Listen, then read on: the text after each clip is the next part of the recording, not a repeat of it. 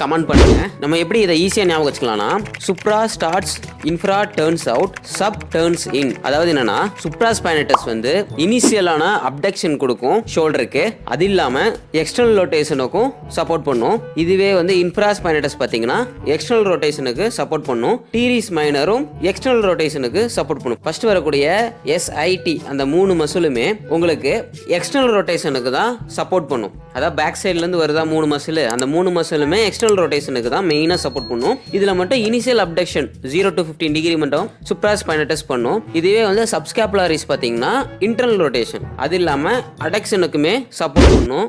இந்த எல்லா மசிலுக்கும் ஒரு ஈஸியான நிமோனிக்ஸ் இருக்கு நர்வ் சப்ளைக்கு. சாஸ் 3 நர்வ்ஸ் இருக்கு. சப்ஸ்கேப்புலர் நர்வ், ஆக்சிலரி நர்வ், சுப்ராஸ்கேப்புலர் நர்வ் அப்படின்னு 3 நர்வ்ஸ் இருக்கு. இந்த சாஸ்ன்னு சொல்றோம்ல, SASS சாஸ், இந்த சுப்ராஸ்கேப்புலர் நர்வ்ல சுப்ராஸ்பைனட்டஸ் அண்ட் இன்ஃப்ராஸ்பைனட்டஸ் மசிலுக்கு சப்ளை